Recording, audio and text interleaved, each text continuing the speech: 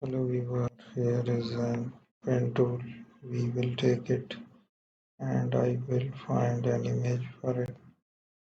So there is the image. I will make it fixed